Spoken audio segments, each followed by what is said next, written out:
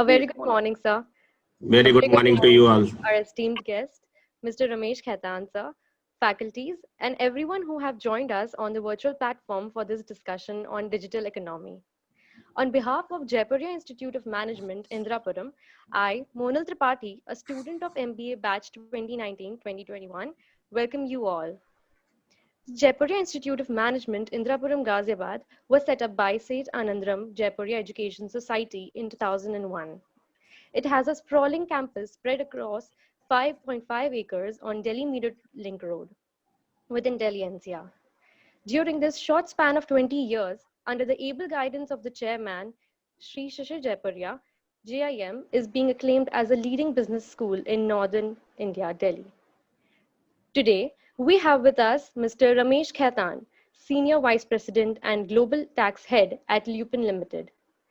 He has done his BCom honors from St. Xavier's, Kolkata, LLB from University of Calcutta, and also studied company secretaryship. He has been senior accountant at Electrosteel Steels Limited for 6 years and has worked as senior manager accounts at Ethelwood Jalan Industries Limited for 4 years. He has also worked as deputy general manager in Taxation Ispat Industries Limited for 7 years. And now it has been over 23 years working for Lupin Limited as the global tax head and vice president. Welcome, sir. I would also like to welcome Dr. Ashwini Varshne, Dean Students Welfare, and Dr. Nidhi Mathur, Associate Professor, Jaipuria Institute of Management. Thank you, Monal. Thank you. Now, without further ado, I would like to invite Mr. Ramesh Khaitan, sir, to take over. Acha, before we start the presentation, we need to understand that brick and mortar companies were always taxed in India or any part of the world. Online service providers or digital platforms or any person selling goods through online, they were escaping tax. So there was a lot of debate how to tax these companies which has virtual no presence, but they virtually operate and make humongous amount of income and then pay no tax. All these companies were basically located in uh, tax haven jurisdictions, and where they were paying nil income tax despite earning crores of dollars in revenues. So in order to overcome this challenge, BEPS initiated Action 1 and it was finalized in 2016. So, and that in response to the concern, to address the concern of the digital taxation, which G20 countries had initiated with OECD. So the action plan one report, which was developed by the Task Force on Digital Economy, was published in 2015. It was subsequently endorsed by G20 countries along with other countries also in November 2015. And the OECD actually in Action BEPS Plan 1 introduced 3 interim options to tax digital economy. One was equalize significant economic presence, which India had introduced in 2018, but it has been deferred to assessment year 21-22. Second was withholding tax on certain type of digital transaction, which was brought in the statute in 2016 by introduction of Section 164 in the Finance Act 2016. So it was not part of the act. So it was a sort of indirect tax, and it was levied at 6% on as equalization levy that I will come. And third was the equalization levy, that is digital taxation on digital economy, which now we are talking as equalization levy 1. Can we have the presentation, please? Sure, sir. Just a minute.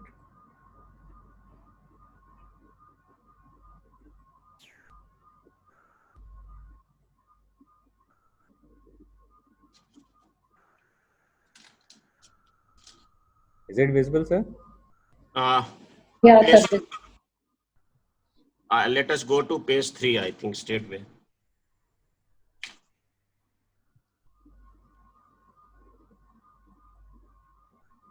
So before equalization levy came in, digital transactions were mostly taxed as fee for technical services or royalties.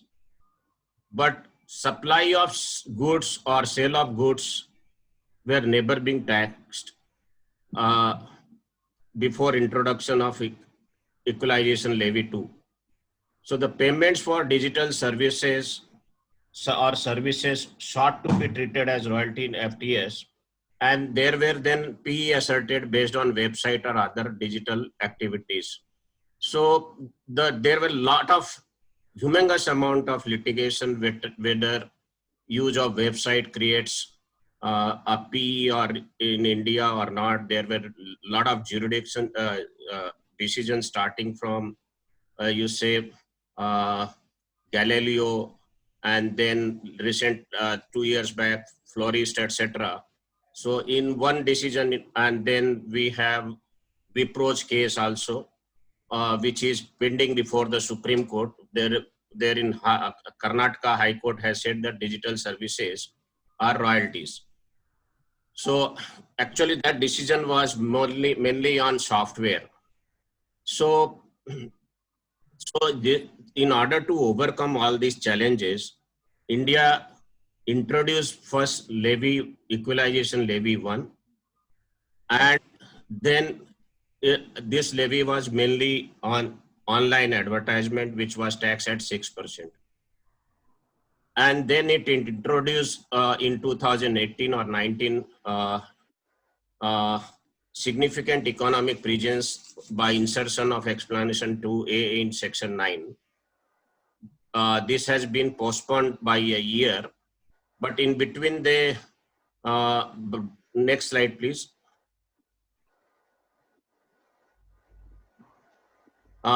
So in between they brought in equalization levy 2, that is digital economy. So what was originally introduced, equalization 1 only covered online advertisement, any provision of digital advertising space. Like if you see, you go to any Google online or any website like tax website or any High Court website or tribunal website, you will find advertising space, etc. advertising being displayed.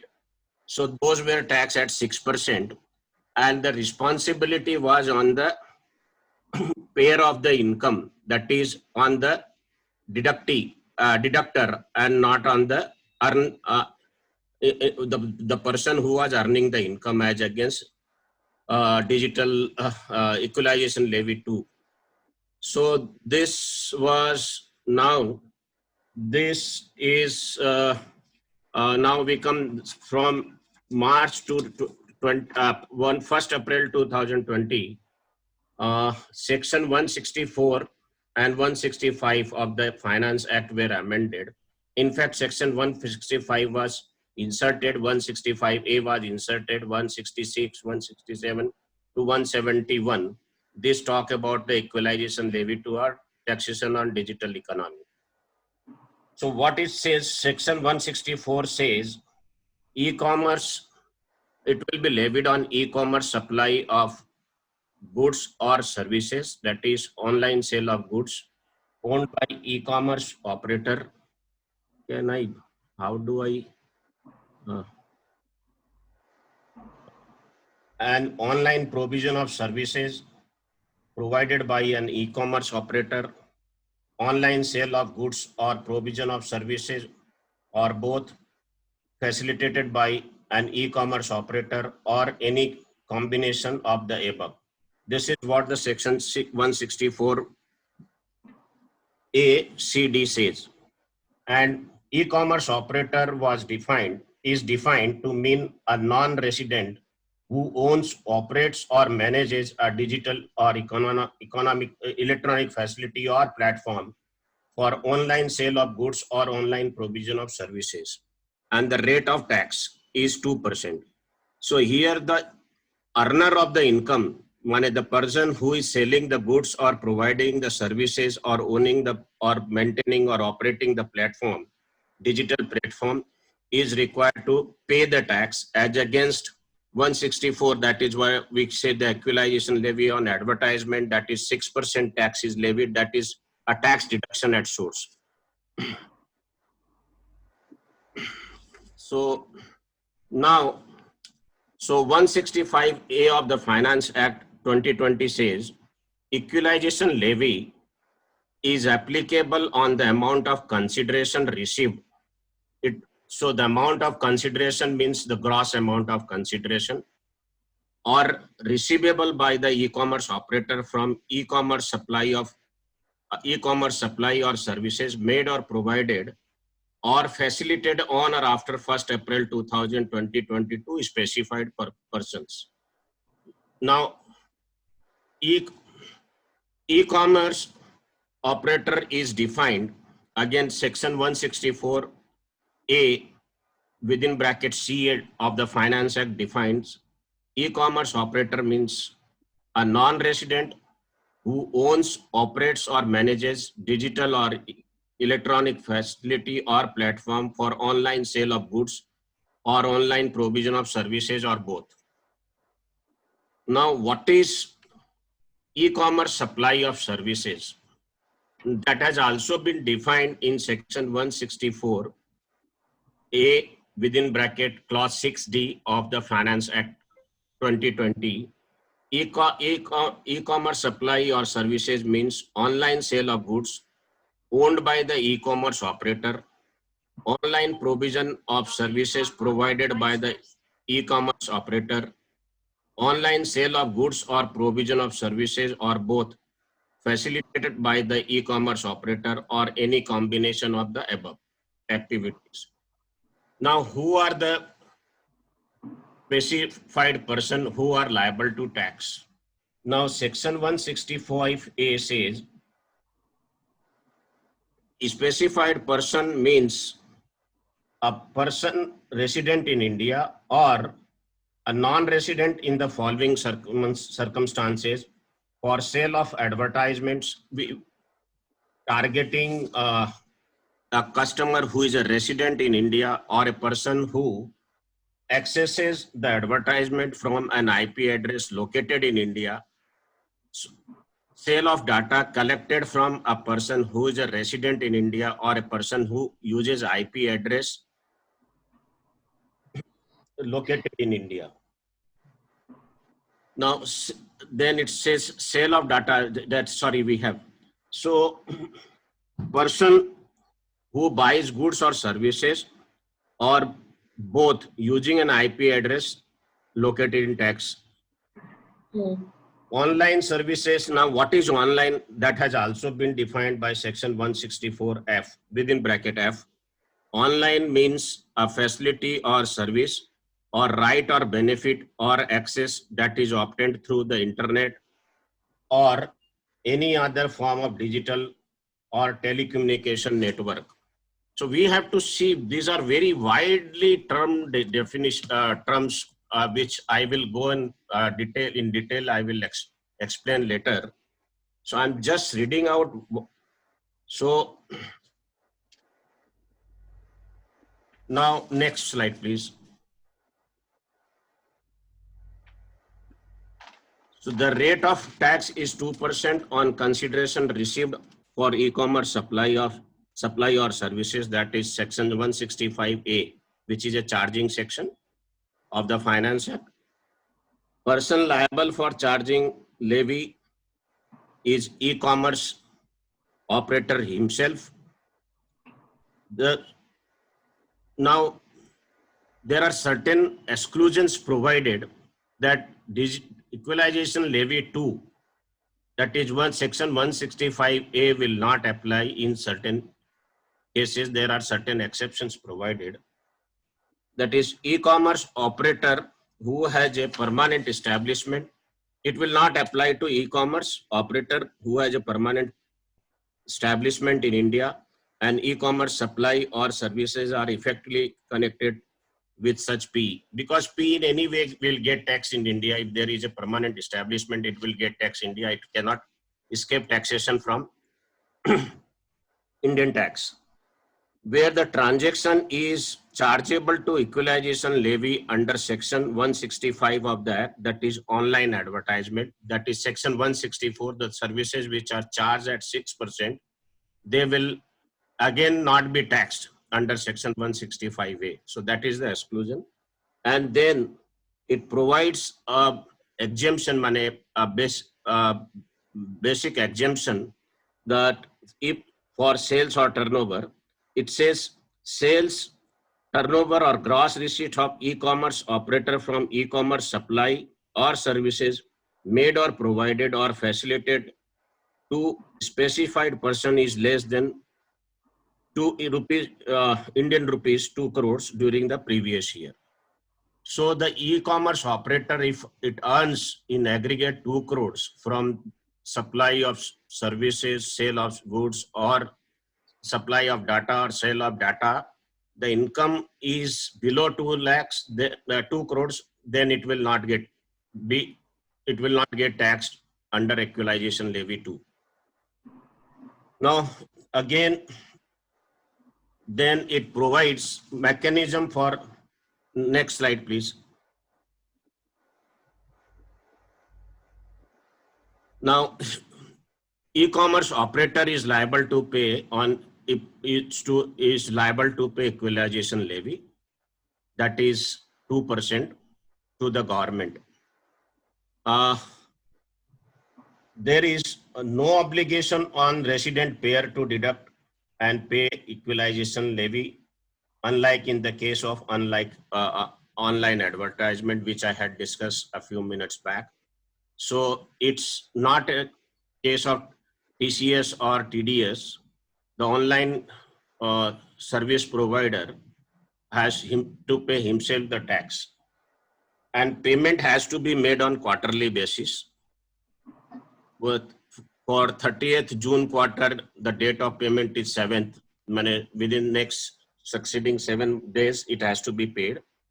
30th September, 7th October. These are the quarters. So first quarter, second quarter, third quarter, fourth quarter.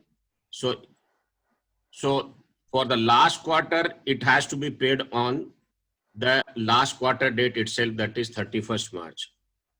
Now, e-commerce player has to also file a statement, and the AO will study the accuracy of the, AO means the assessing officer will study or calculate the accuracy of the equalization levy and make the adjustment and levy penalty, or if the statement is not correct and it does not prove, and only rectification is possible, against that order no remedy, appeal remedy is provided. So when there is no appeal remedy, then one has to file, the e-commerce operator has to file only writ petition before the High Court and get his grievances addressed. Delayed payment will attract simple interest rate of 1% for each month or part thereof. Penalty, again, it provides for penalty equal to the amount of equalization levy not paid.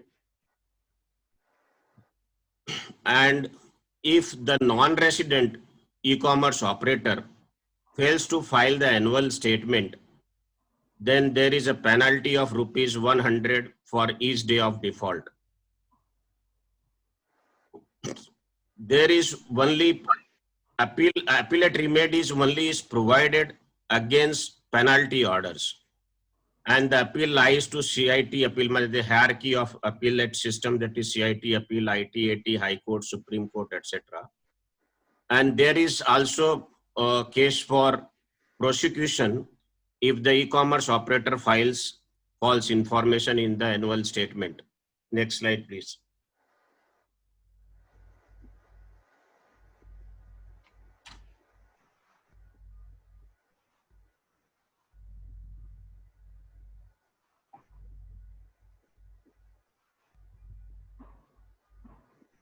now equalization levy is outside the ambit of Income Tax Act. So it will really impact treaty applicability, whether equalization tax paid would be available for tax credit in the home country under the double taxation treaty agreement is doubtful. It's not free from doubt, because whether it is a direct tax, because tax has been defined in section 2 within bracket 43A, and the CBDT has also has defined the tax in its just a moment. Can I minimize this for a moment? Can you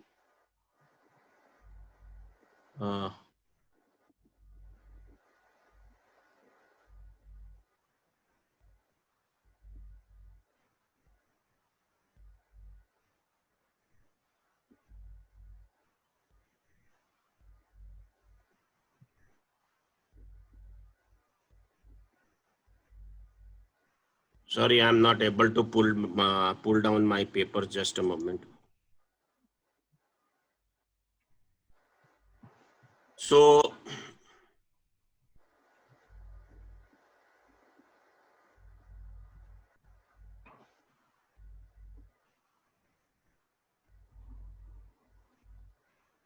May I share the screen, sir? just a moment. Where is the screen actually? So now section we have now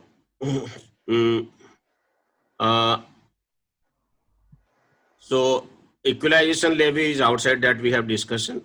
There is one exemption provided to e-commerce operator liable from who are liable to equalization levy from payment of income tax in respect of any other income. Now that is section 10 within bracket 50 says the income in respect of which equalization levy has been charged shall be exempt from tax. So there is an anomaly or dichotomy with respect to date of applicability of exemption, since the levy is applicable, this equalization levy 2 is applicable from 1st April 2020, whereas the exemption under section 10 within bracket 50 is provided from April 2021. So what I'm going to say is that if had 10 section had section 1050 been made applicable from 1st April 2020, so if any income which is subjected to equalization levy will not be taxed under any of the provisions of the Income Tax Act. Now, since 1050 comes from 1st April 21, so any income which suffers from equalization levy can still be taxed as FTS or royalty under the Income Tax Act. So there could be double whammy. So this anomaly needs to be corrected. It has not been. So now,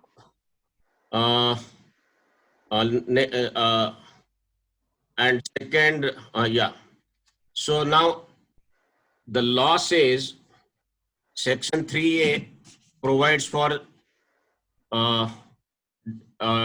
taxation of digital economy, but there is an the explanation through section 3A says, however, for attribution of income related to significant economic presence, transactions or activities as given in explanation 2A to section 9(1), the above deeming provisions will be applicable from assessment year 22-23. So there will be no attribution of income. It has to be 2% has to be paid on gross income earned from supply, etc. So there will be no profit attribution. So once the explanation 2A, that is significant economic presence, comes into play from next year, then we have to attribute the profit to the equalization levy, and the attribution of profit will be not as per the rule 10 now. CBDT has uh, issued a circular in August, sometime August 2019, which is in finalization stage. So in accordance with that circular, the income will be attributed. So the FAR principle, actually rule 10 spoke about FAR principle and income, which is section 9 says, sections explanation 1 to section 9 says, so far income is attributable to India will be taxed in India. But this will go beyond. So even the income which is not attributable to India will also get attributed and get taxed under explanation 3A to section 9(1). Next slide, please.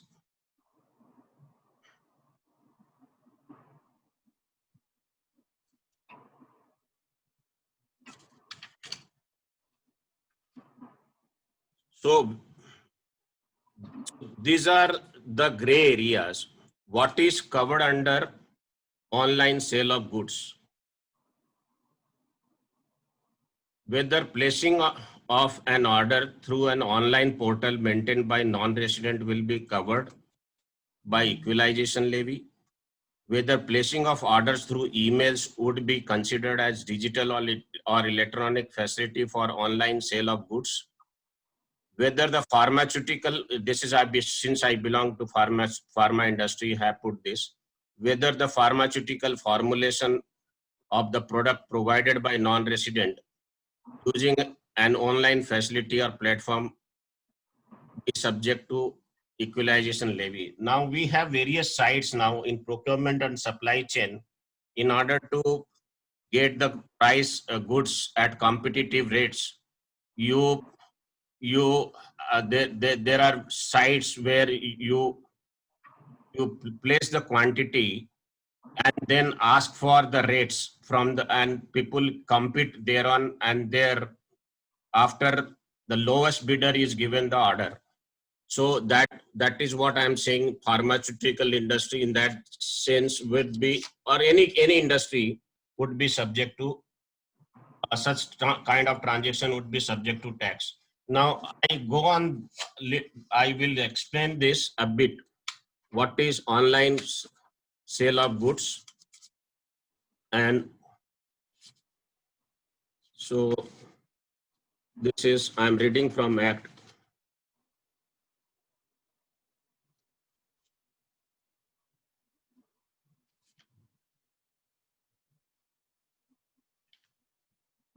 Now sale has been defined. Can you go to previous slide, please? So sale, whether it will include only tangible goods or intangible goods, because now sale, actually, if you see, the term sale has been defined under section 4 within bracket 3 of Sale of Goods Act. I'm not reading. So on a plain reading of section 4(3) of the Sale of Goods Act, sale means licensing arrangement wherein a limited right for a particular period. Sale will not include, sorry, licensing arrangement wherein a limited right for a particular period or for a particular geography is provided to the licensee. Hence, the license fee for subscription to database may not be covered by this clause, but they will come under the sale of data or provision of data services. Now, goods, what is goods?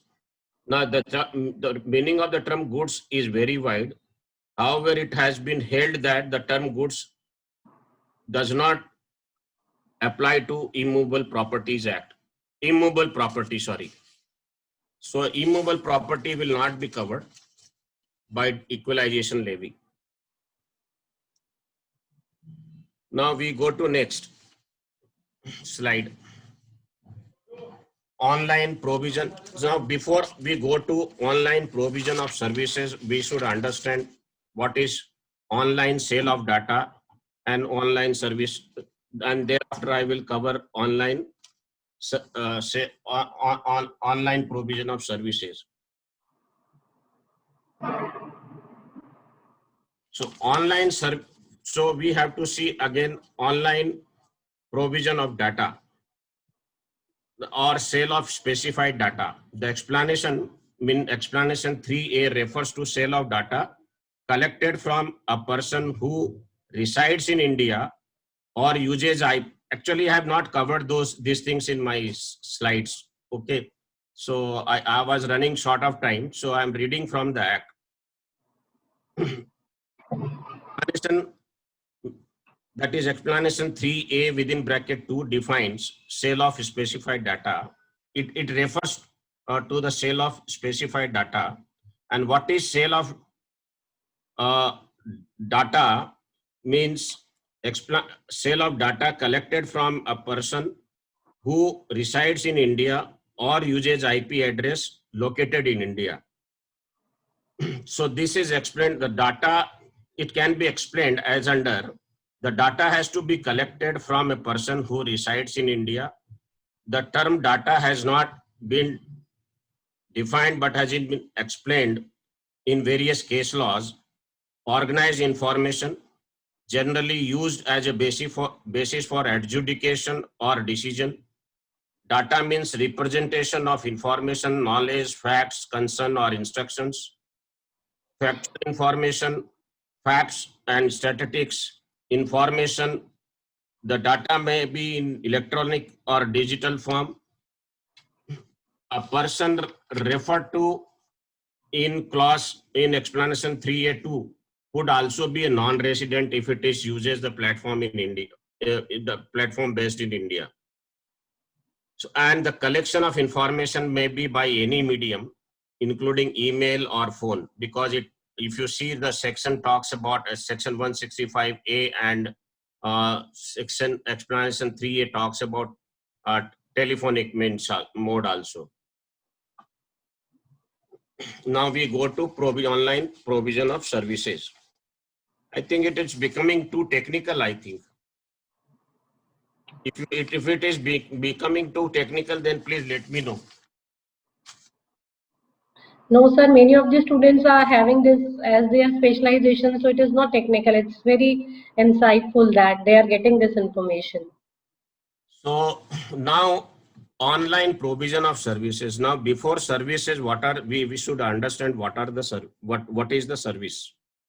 The term service would cover all types of services, whether technical, consultancy, managerial, or otherwise. It is wider than technical services as defined in explanation 2 to section 917. So the actually section 9(1) within bracket 7 defines fee for technical services. So it has a narrow definition in the sense the definition used in equalization levy, that is explanation 3A to section 9, is quite wide in terms. So it will include any kind of services, be it technical or non-technical.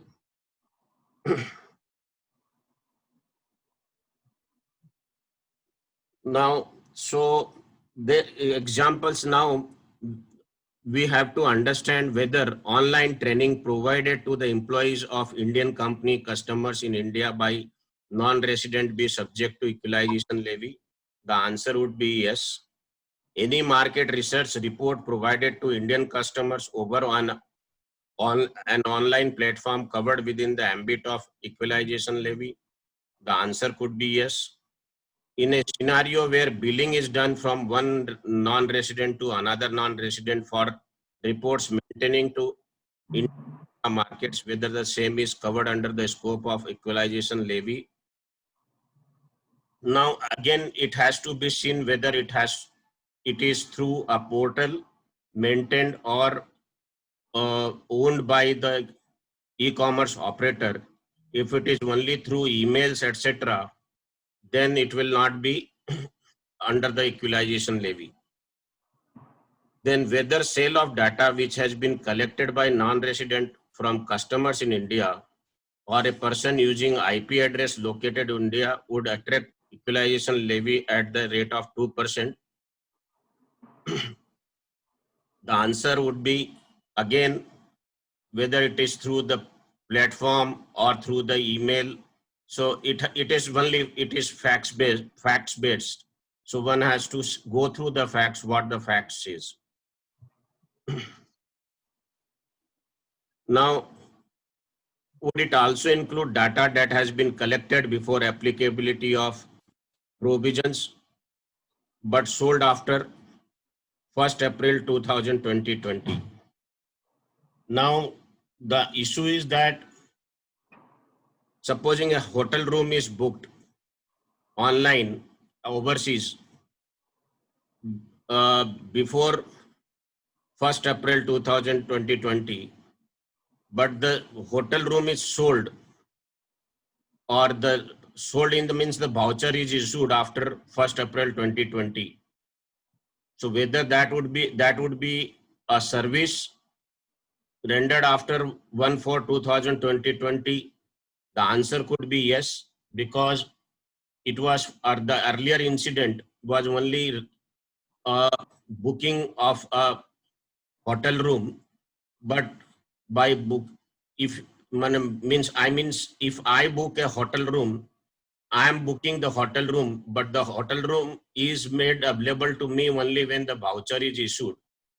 So the services are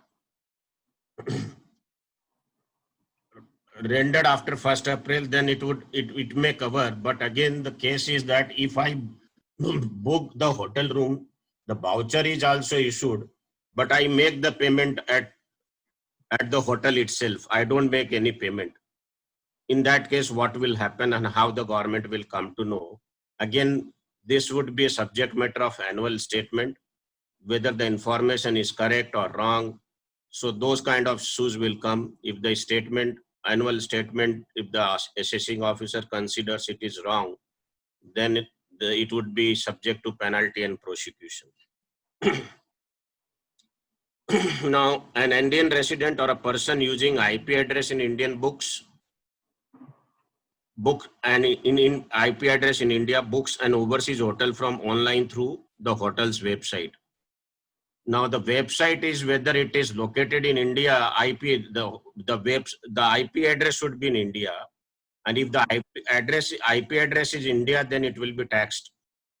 So if you see it on digital economy, if I summarize, it is not only restricted to India, it has extraterritorial jurisdiction. So it is not nexus based taxation, it has got extraterritorial jurisdiction, and because of if the IP address is used in India, even income which is accruing in under normal situations accruing outside India may get also taxed in India. So it travels beyond section 5 within bracket 2, which is for taxation of non-residents in India. Next slide, please.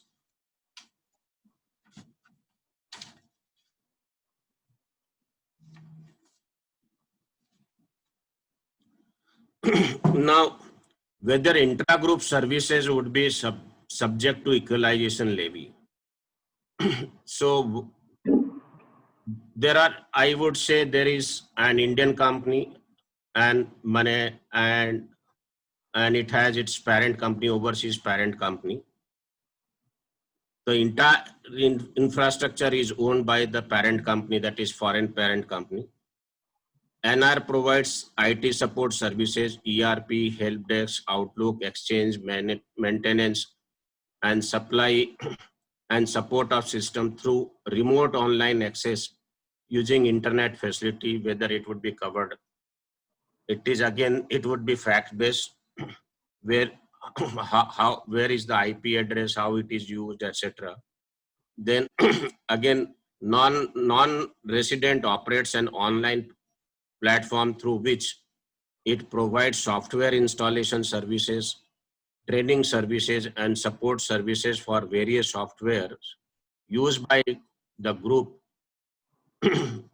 These are foreign groups. The non-resident receives consideration for the same, which is taxable as FTS, whether covered. The answer is yes. Even if because till 2021, if it is if it is covered by equalization levy, still FTS can be charged. Going forward from 1st April 2021, when Section 1050 comes into operation, once once an income is subject to equalization levy, then there would be no FTS or royalty. Who will be liable to pay cross-charge arrangements? Who will be liable to pay equalization levy? The group entity or the third-party service provider. Now, in cross-charge situation, if you legally and literally, if you ask me, the foreign company is availing the services. It is provided the services, but the benefit of the services is also used by or availed by the Indian company. So if the foreign company is engaging the e-commerce operator and it is using or availing the services or collecting the data, or there is provision of services or data, etc., or sale of goods, then technically one argument can be taken, because it is a transaction between a non-resident company with a non-resident e-commerce operator, and the Indian company is not involved in any way, so it should not be to equalization levy. Then if you see then 9717 or 916, which says even if the royalty or FTS are paid by the non-resident, but the services are utilized or license is used in India, then still the transaction is between two foreign related parties, not related, foreign parties, still it will be taxed in India. So that sort of argument can also be taken in equalization levy. I don't think it would be possible, but yes, FTS, it will be subject to FTS or royalty if they are used in India. Next slide, please.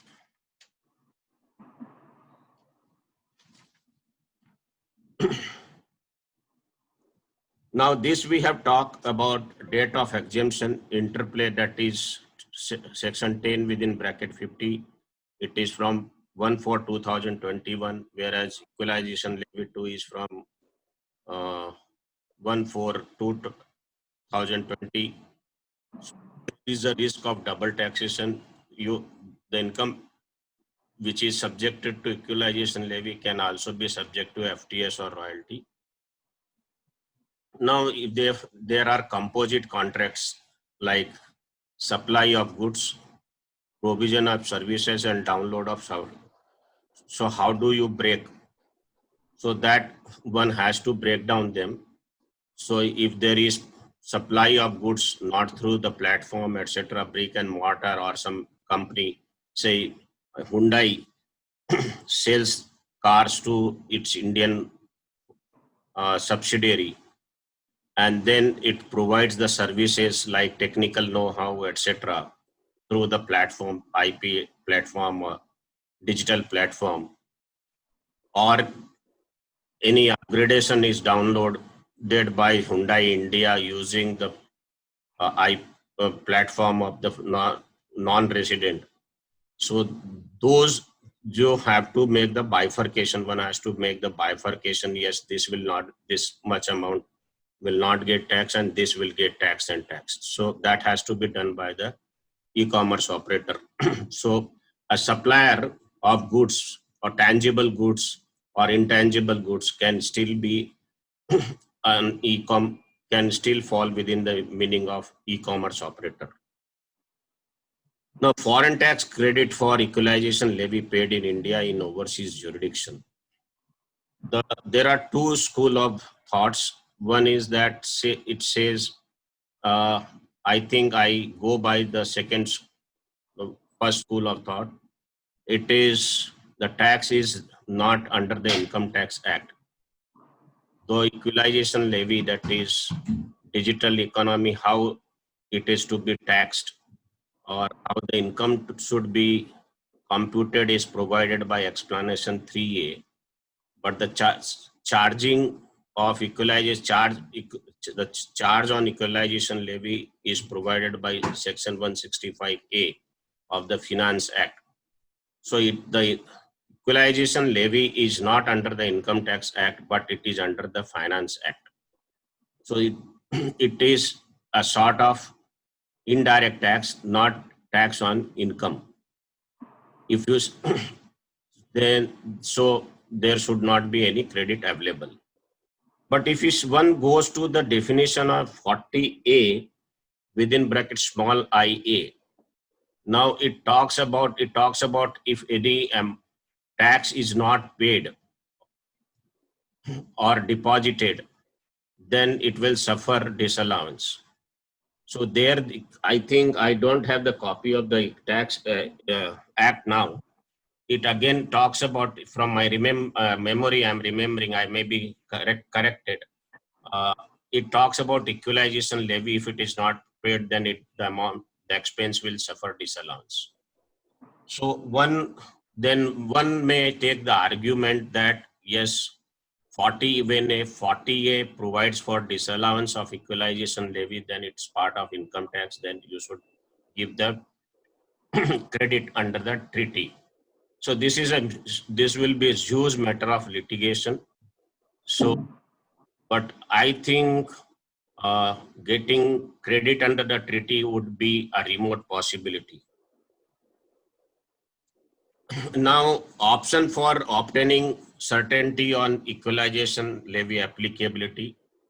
There's section 165A, 165 to 171, and the Income Tax Act does not provide any advance ruling.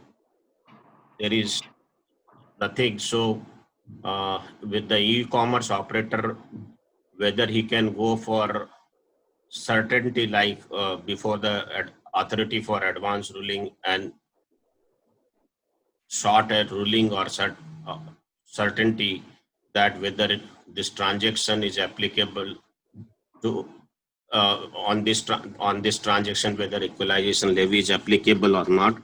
So far, there is nothing has been provided under the Act or under the Finance Act. So it seems that advance ruling option is not available.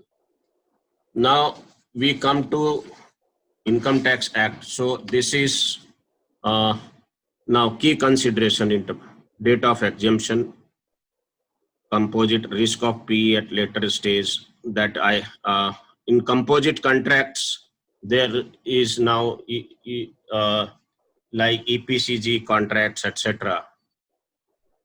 So same thing for equalization levy. There are equalization, for composite contracts. There could be risk for P again, how the agreements are drafted, whether it is fragmentation of splitting of contracts so that you avoid the P in India. So those Article 5 and MLI will also come into play to determine if it is equal, the transaction creates a P or not. If it creates P, the tax authority would, in composite contracts, would like that it creates a P, because then P would be taxed at 43% against, I mean, the profits of the EP would be taxed at 43% as against equalization levy, where the income would get at 2%. So one has to be mindful of those things. Now, next slide, please.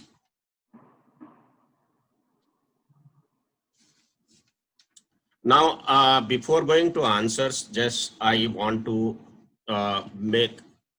I'm reading now. I do have a copy of the section. Explanation, actually, what is digital economy or equalization levy? one has to, for that one has to go to 165A, 166, the Finance Act, and that has to be read with explanation 3A of the Income Tax Act. Explanation 3A to section 9 of the Income Tax Act. It says explanation 3A covers income from advertisement which targets a customer who resides in India, advertisement accessed by a customer through IP address located in India, sale of data collected from a person who resides in India, sale of data collected from a person who uses IP address located in India, sale of goods using data collected from a person who resides in India, sale of goods using data collected from a person who uses IP address located in India, sale of services using data collected from a person who resides in India, sale of services using data collected from a person who uses IP address located in India. Now, these are the specified activities under explanation 3A. So, though there are, it talks about, there are 3 clauses, A, B, and C. I have broken them down in 8 parts.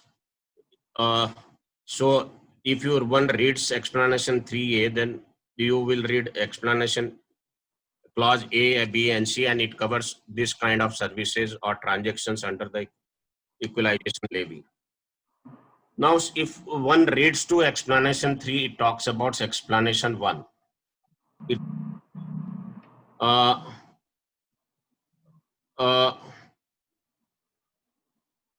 Explanation 3A says, income attributable to operations carried out in India as referred to in explanation 1 to section 9A shall include income from.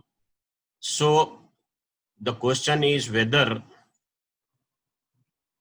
explanation 3A yields to explanation 1 or not, or is it independent?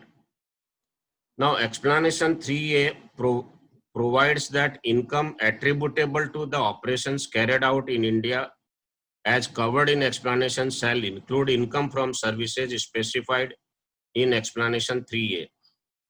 It does not state that income attributable to operations carried out in India as referred in explanation 1 shall be deemed to include income from specified services or activities. In other words, it is not a deeming section.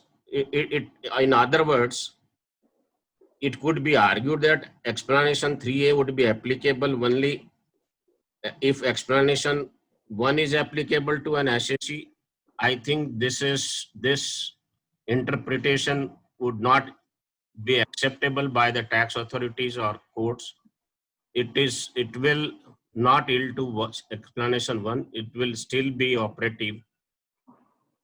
So, and second thing, explanation 1 says income would be taxed to the extent it is attributable to Indian operations.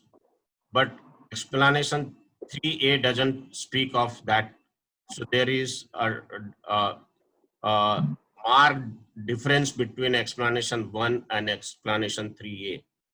So one has to go by explanation because it is a deeming section. It has to be interpreted strictly, and what is provided in explanation 1, where the explanation 3 widens or scope of explanation 1 in explanation 3A.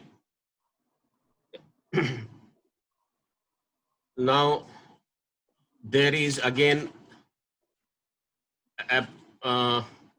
explanation 3A talks about income attributable to operations carried out in India shall include income from specified activities.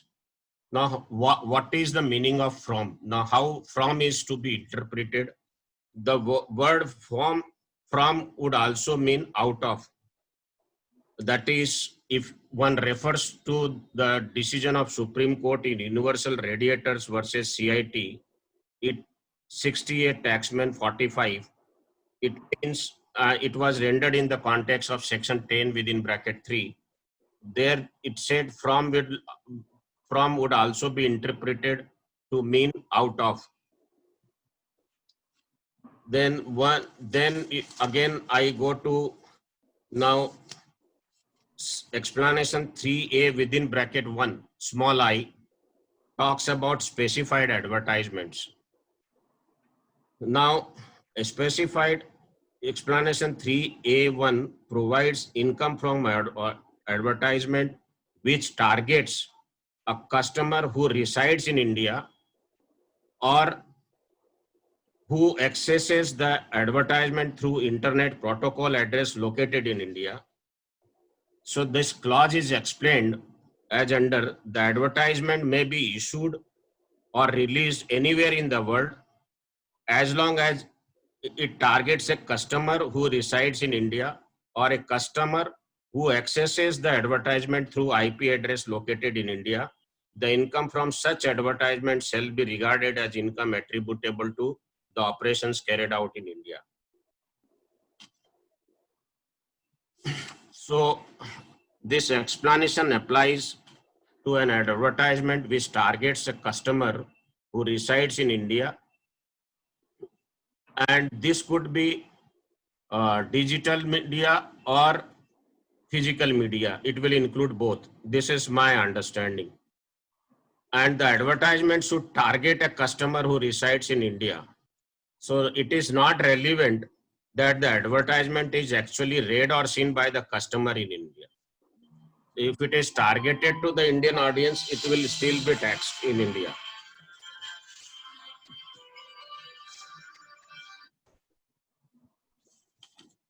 Now, what is target? Again, explanation 3 says targeted.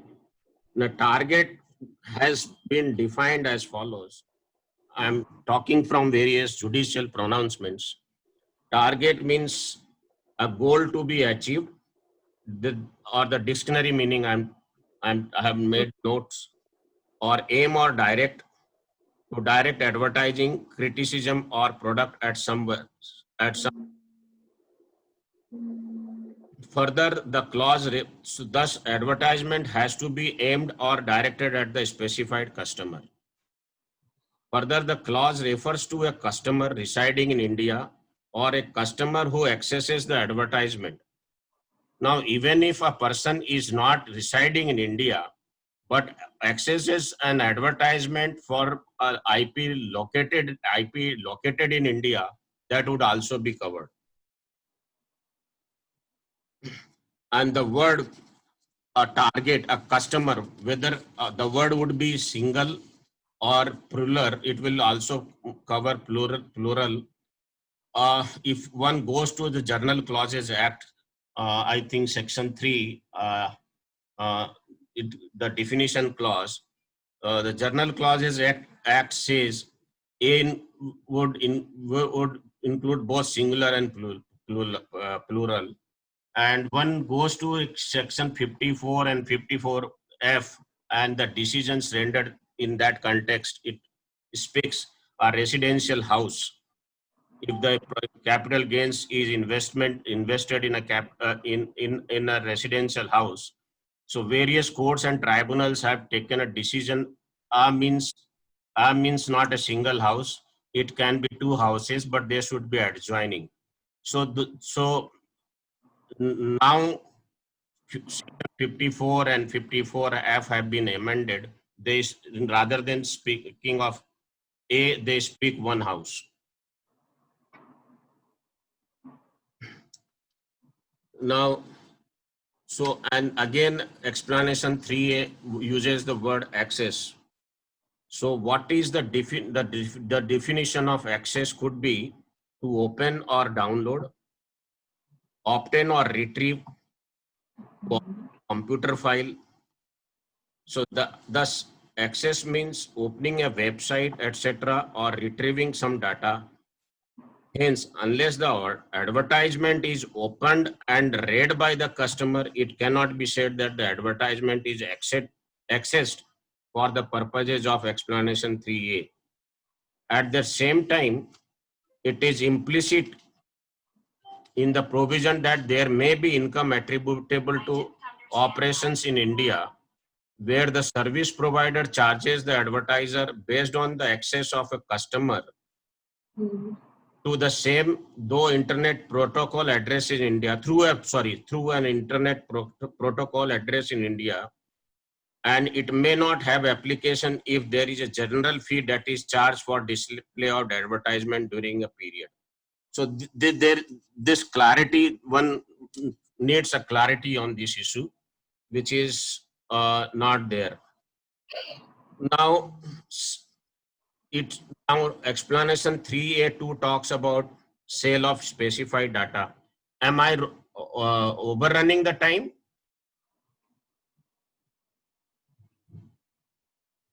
No, sir, we have another 5 to 10 minutes. You can continue.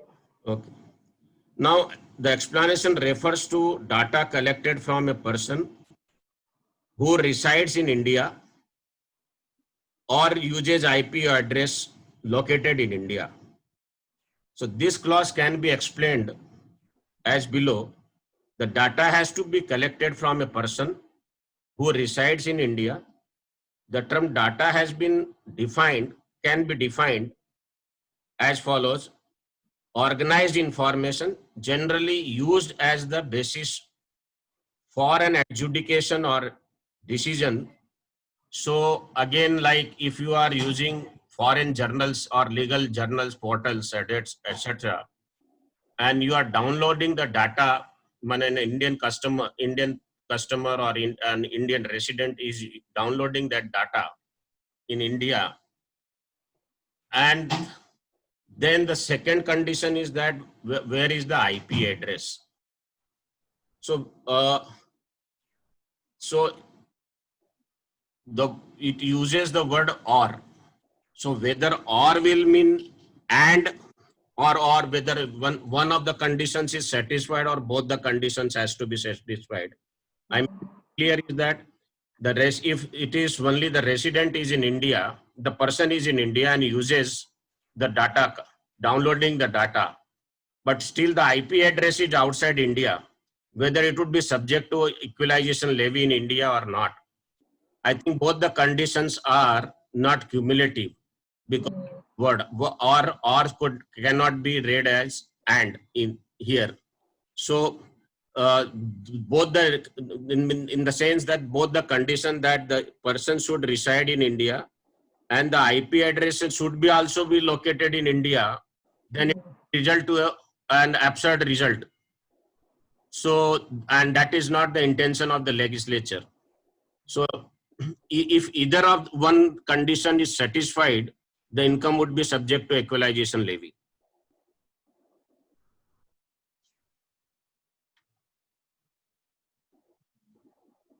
Now sale we have talked, goods we have talked. So any questions? Yes, sir. Sir, I would like to put forward the questions. So first question is from Yatharth Mishra. He asks, consideration in respect of certain transactions is subject to GST a reverse charge. Can you be a bit louder, similarly, please? I'm not. You are not audible. So can you speak loud, please? Yes, sir. Sir, Yatharth Mishra is asking, consideration in respect of certain transactions is subject to GST under a reverse charge. So can the same amount be subject to the equalization levy? See, both the tax are different. So if one transaction is subject to GST, that doesn't mean that this transaction will not get taxed under the Income Tax Act.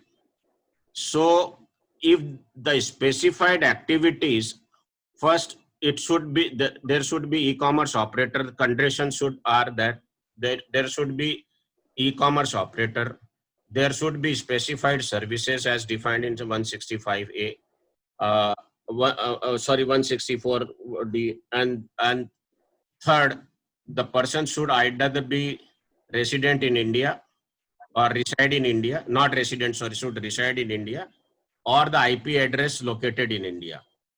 So if you are satisfying all these condition whether it is reverse mechanism under GST or not, that is immaterial. That transaction would still be subject to equalization levy.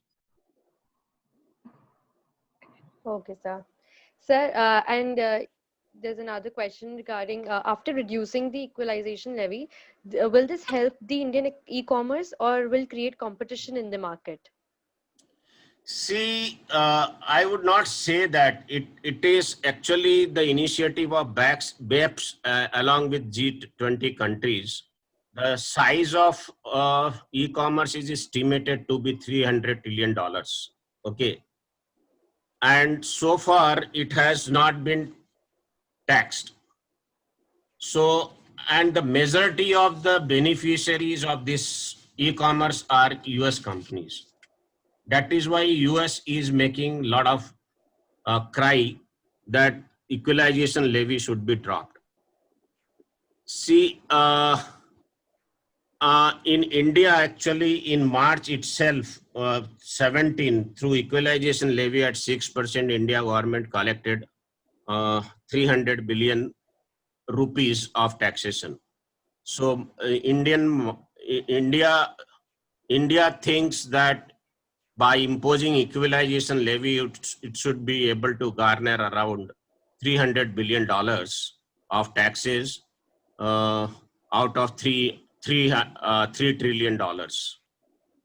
So it's not that the equalization levy is only levied in India. Italy has already imposed digital services tax at 3% for digital economy. Same way, United Kingdom has introduced 2% tax. France has also introduced, but the tax was at 3%, but since the US retaliated, it has now deferred. Israel has also introduced digital tax on digital services or sale 3 to 5% of income. Malaysia is again another country. It taxes 6% digital services. Bangladesh has introduced VAT, not income tax, VAT at 5% on digital economy, virtual business. And US so far has kept itself out. US has not agreed. So G20 and your OECD are at loggerheads, G20 nations. So G20 along with BEPS and OECD has finalized your BEPS Pillar 1 and 2, which I am not discussing because that is very hyper technical. In Pillar 1 and Pillar 2, in Pillar 1, it will be taxed using the market, whatever market you have, Nexus, etc. And Pillar 2, even you will tax, the OECD is talking about taxing the global income. So equalization levy as such, I think I have been able to give your answer, or it still needs some clarity on. Yes, sir, it's very clear. Because the constitution, again, I think so far the constitutional validity of equalization levy has not been challenged, but I don't think Supreme Court will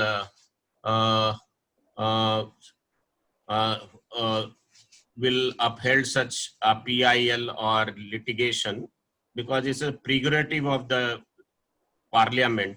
It's a sovereign power. So India can introduce this, and US has also been saying that India should drop equalization levy, otherwise we will retaliate in one way or the other by imposing taxes on Indian goods. So so far Modi government has not agreed or acceded to that. There may be a risk of international double taxation. See, equalization levy is becoming double taxation in a sense because so far the consensus has not been arrived. Each country has introduced equalization levy or digital services tax in one form or other without getting or bringing any consensus. So once you bring the consensus and it becomes a part of the treaty, like UN model, UN has already released Article 12B. What OECD could not do in 4 years' time, UN is trying to do in 1 month. It has already introduced Article 12B, which would be incorporated or it will be part of the tax treaty for taxation of digital economy. So if you bring the digital economy, if all the countries agree, US is the stumbling block. That is why it is not happening. So when it becomes part of the treaty, then there will be no double taxation. Otherwise, it will remain a double taxation or double whammy, which is not desirable actually. Yes, sir. Because next year it will create more Pandora's box when it explanation 2A will come, significant economic presence. Then now you are paying 2% income tax. The e-commerce operator is paying 2% tax on equalization levy, as equalization levy on the income, on the targeted or specified services. Now, when 2A will come, significant economic presence, then it will incorporate both pillar 1 and pillar 2. And it will ask for the e-commerce operator for attribution of profits to India. And attribution of profits would be not as prescribed in Rule 10 or 10A or 10B. I don't remember, but it's Rule 10, A or B.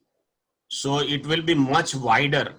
It talks about the market, user, etc. A lot of conditions, a lot of parameters that's provided in the circular, which is open for public debate. So how that formula, it provides a formula, how it will be calculated, how we will come to those numbers. It is, it is very, I'm not able to conceive. So the traditional approach of attribution of profit was much easier. But if you use this formula, but again, whether this formula would be get challenged or not under the treaty provisions, because again, treaty talks about the profit of attribution, Article 9. So.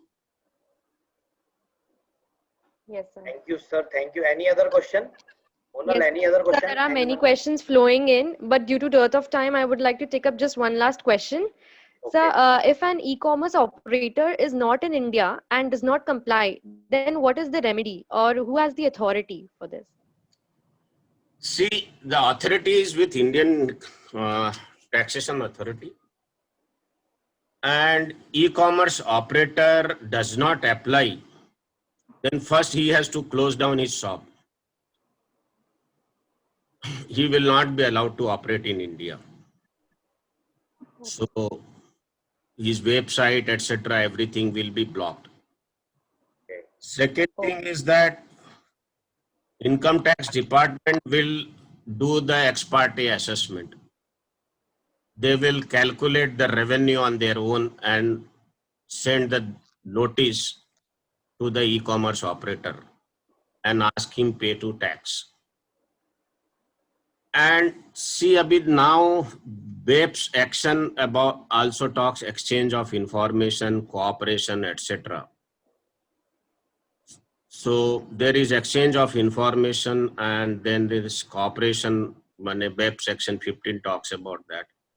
So if he doesn't pay tax despite being assessed in India, one is that he will be never be able to operate or come to India. Second thing, the Indian government may approach the other government tax authorities under exchange of information and then ask to cooperate with it. So yeah, but since this is extraterritorial tax, it's very difficult that if somebody does not comply with, then what will happen? So my only answer is that the coercive measures may not be taken, but the e-commerce operator may be asked to shut down his operations in India. Yes, sir. Say Thank the you so much, case of sir. face, like the case of now TikTok, etc. Those Yes, sir. Chinese applications. Right, sir. Those applications, India has 43 applications. It has blocked. So, Yes, sir. so they will lose the revenue from in India, and India is huge market, a country of 135 plus $1 billion plus population. So who will not like to have this kind of access to this kind of market? And the Indian economy is around now $3 trillion, 2.5 to be precise. So everybody will like to have access to Indian market. So you cannot ignore China and India. Right, sir. Right, sir. Thank you so much, sir. So we are incredibly honored that you have come here today to share your words of wisdom. And this session was extremely insightful, from you telling us about the advent of tax reforms for the tax challenges of the digital economy to all the technical aspects of the world of taxation. Then walking us through India's approach to taxing the digital economy, the expansion of equalization levy. So I would like to express my sincerest thanks to you for this enthralling session filled with immense learning and guidance. So we Thank are you. really enlightened with your knowledge and presence. Thanks a lot. My only advice is that in order to understand digital economy or equalization too, one needs to read section 165 to 171 of the Finance Act, and then explanation 3A of explanation 3A to section 9 for the time being, and then interpret each and every word of the explanation, because each word has a meaning. So the meaning could be that those words have not been explained in the Income Tax Act. So you have to go to the allied laws or dictionary meaning, and then one needs to take a decision, or when one gives the opinion, it has to combine all this nine explanation 3A with the provisions of Finance Act. Yes, sir. Okay, sir, thank you so much. It was indeed a great session from your side. The students would have learned a lot from this. Thank you Thank you, so sir. much. I think I was able to communicate, Yeah, sir, very much, very and much. I was not very technical, because this digital economy itself is very technical. No, sir, you did it very well. Technical. You did it very well. It got very well. Okay, thank you, ma'am. Okay, thank you so much. Thank you so much. Yes, sir. Thank you.